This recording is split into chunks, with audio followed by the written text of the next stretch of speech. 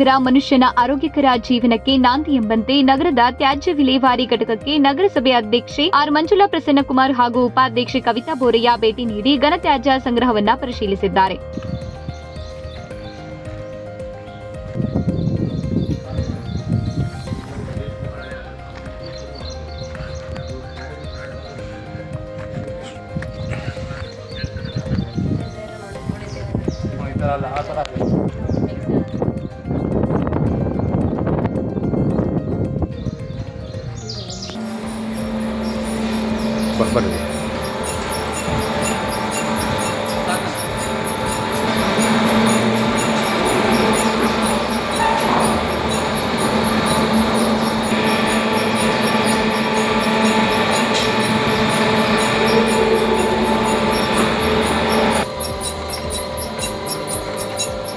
ನಗರದ ಬಳ್ಳಾರಿ ರಸ್ತೆಯಲ್ಲಿರುವ ಘನತ್ಯಾಜ್ಯ ಸಂಗ್ರಹ ಘಟಕಕ್ಕೆ ಭೇಟಿ ನೀಡಿದ ಅಧ್ಯಕ್ಷರು ಘಟಕದಲ್ಲಿ ಹಸಿ ಕಸ ಒಣಕಸ ಬೇರ್ಪಡಿಸುವ ವಿಧಾನವನ್ನ ಪರಿಶೀಲಿಸಿದರು. ಅದರಂತೆ ನಗರದಲ್ಲಿ ದಿನನಿತ್ಯ ಶೇಖರಣೆಯಾದಂತಹ ತ್ಯಾಜ್ಯವನ್ನ ವಿಂಗಡಿಸಿ ಬೇರ್ಪಡಿಸಿ ಶೇಖರಿಸಿ ಮರುಬಳಕೆ ಹಾಗೂ ಕೊಳೆಯುವ ಹಾಗೂ ಕೊಳೆಯದೇ ಇರುವ ತ್ಯಾಜ್ಯವನ್ನ ಸಿಬ್ಬಂದಿಯಿಂದ ಮಾಹಿತಿ ಪಡೆದರು. ಸಿಬ್ಬಂದಿಗೆ ಸೂಕ್ತ ರಕ್ಷಣೆ ಹಾಗೂ ಮಾಸ್ಕ್ ಹಾಕಿಕೊಂಡು ಕಾರ್ಯನಿರ್ವಹಿಸಬೇಕು. ತ್ಯಾಜ್ಯ ವಿಂಗಡಿಸುವ ಸಂದರ್ಭದಲ್ಲಿ ಮನುಷ್ಯನ ಆರೋಗ್ಯದ ಮೇಲೆ ನಿಗಾ ಇಡಬೇಕು ಎಂದು ಕಿವಿಮಾತು ಹೇಳಿದ್ದಾರೆ. ಇದೇ ಸಂದರ್ಭದಲ್ಲಿ ಪೌರಾಯುಕ್ತ ಜಗ್ಗಾರೆಡ್ಡಿ, ಪರಿಸರ ಇಂಜಿನಿಯರ್ ನರೇಂದ್ರ ಬಾಬು, ಸಿಬ್ಬಂದಿ ವರ್ಗ ಮತ್ತಿತರರು ಹಾಜರಿದ್ದರು.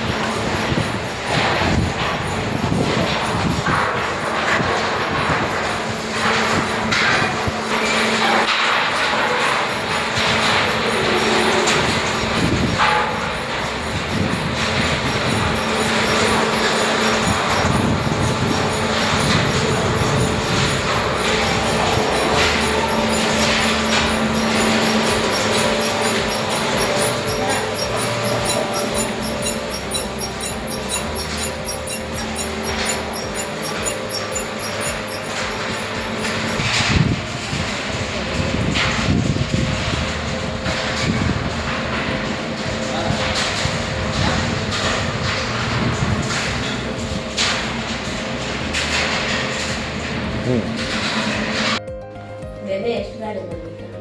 ನಿನ್ನೆ 15 ಗಾಡಿ ಬಂದಿತ್ತು. ಗಾಡಿ ತೂಕ ಬಿಟ್ಟು ಕಸ ಎಷ್ಟು ಹೋಗಿದೆ?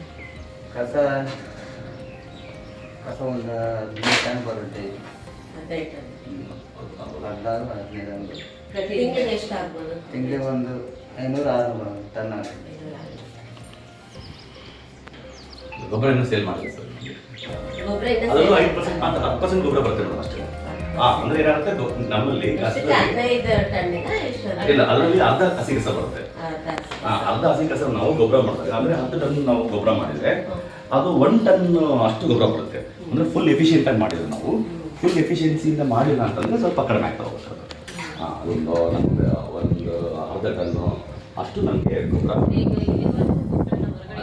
ಕೊಟ್ಟಿಲ್ಲ ಹಂಗೆ ಅದರಲ್ಲಿ ತಂದು ಫುಲ್ ಸ್ಪೀಡ್ಗೆ ವರ್ಕ್ ಆಗ್ತಿಲ್ಲ ಮೇಡಮ್. ಬಂದಿರೋ ಎಲ್ಲ ಕಸನೂ ಕೂಡ ಗೊಬ್ಬರ ಆಗ್ತಿಲ್ಲ. ಆದಾಗ ನಮಗೆ ಇನ್ನೂ ಚೆನ್ನಾಗಿ ಅದು ಬರ್ತದೆ. ಈ ಸಲ ಜನ ಬಂದ ತಕ್ಷಣ ನಾವು ಶಿಫ್ಟ್ ಮಾಡಿ ಸ್ವಲ್ಪ ಅದನ್ನು ರಿಅರೇಂಜ್ ಮಾಡಿದ್ರೆ ಆದಷ್ಟು ನಾವು ಗೊಬ್ಬರನ ಇಲ್ಲಿ ಇಟ್ಕೊಳ್ಳೋದಕ್ಕಿಂತ ಮಾರಾಟ. ಮಾರಿದ್ರೆ ನಮಗೂ ದುಡ್ಡು ಬರುತ್ತೆ, income ಬರುತ್ತೆ. ಮೇಡಮ್, ಇಲ್ಲಿನೂ ಸ್ವಲ್ಪ ಕೆಲಸ ಅಂದರೆ ಅದನ್ನು ಅಂದರೆ ವೈಜ್ಞಾನಿಕವಾಗಿ ಏನಂತೆ ಅಂದರೆ ಎನ್ವೈರನ್ಮೆಂಟಲ್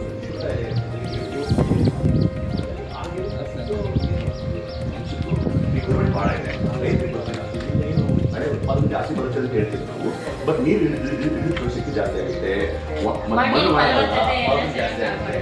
ಸೊ ಹಂಗಾಗಿ ನಾವು